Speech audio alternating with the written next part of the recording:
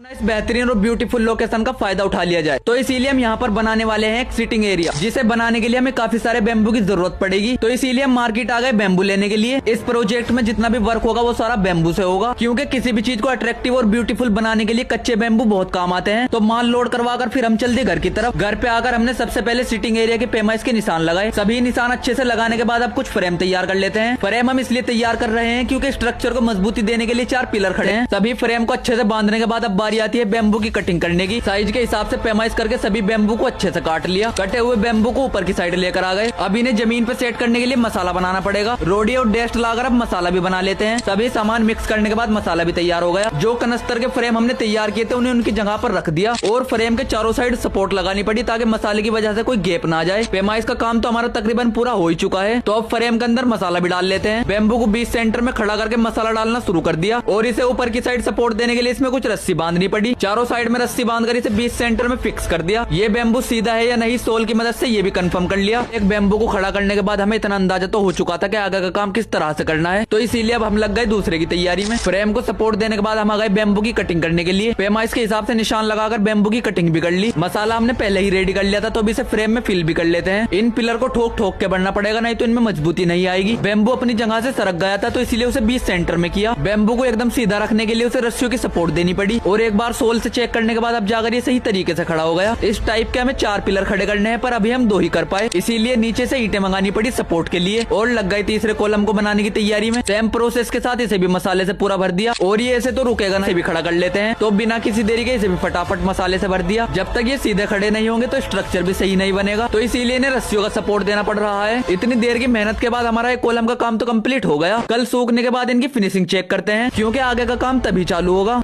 Bamboo के जो column तैयार किए थे उनके नीचे की फिनिशिंग चेक कर लेते हैं। जैसे ही हमने फ्रेम हटाई फिनिशिंग कोई इतनी खास नहीं आई। रही बात फिनिशिंग की, से तो हम प्लास्टर की सहायता से भी सही कर लेंगे। तो अब काम को आगे बढ़ाते हैं, इसीलिए हमने एक एक करके सभी फ्रेम को अच्छे से खोल लिया। बैम्बू को सीधा रोकने के लिए जिन रस्सियों का यूज किया था उनका कोई काम नहीं है, तो इसीलिए उन्हें हटा देते हैं। और ये सभी बैम्बू जमीन के ऊपर बहुत अच्छी तरीके से रुक गए। सभी ईंटों को एक जगह पर लगाकर आगे का काम चालू कर दिया। बैम्बू को ऊपर की साइड आपस में कनेक्ट करने के लिए हमें छोटे छोटे फ्रेम बनाने पड़ेंगे, तो इसीलिए एक लकड़ी पर निशान लगाकर फ्रेम की कटिंग करने के लिए लग गए। फ्रेम को बैम्बू पर कनेक्ट करने के लिए हमें एक मशीन की जरूरत पड़ गई, तो इसीलिए हम मार्केट आ गए मशीन लेने के लिए। घर पे आकर हमने फ्रेम पे अच्छे से निशान लगा लिए। अब मशीन की सहायता से इसमें 2 पत्ती को ज्वाइंट कर लेते हैं। बारीक वाली स्क्रू लगाकर इस काम को भी खत्म कर लिया। फिर लग गए हम इसे ऊपर कनेक्ट करने के लिए और इस मशीन की वजह से इन फ्रेम को कनेक्ट करने में कोई परेशानी भी नहीं हुई। 2 फ्रेम कनेक्ट करने के बाद अब बारी आती है तीसरे फ्रेम की। सेम प्रोसेस के साथ हमने चारों बैम्बू पे इसी तरह से काम कर लिया। अब एक बार इसकी ऊपर की पैमाइश देख लेते हैं ताकि आगे का काम चालू कर सके। काम को आगे बढ़ाने के लिए हमें बैम्बू की कटिंग करनी पड़ेगी। कटिंग करने के बाद बैम्बू को ऊपर लेकर आ गए फ्रेम में कनेक्ट करने के लिए। ये था हमारा सिटिंग एरिया बनाने का डे 3। वीडियो को यहीं पे खत्म करते हैं। आगे का काम देखने को मिलेगा आपको कल।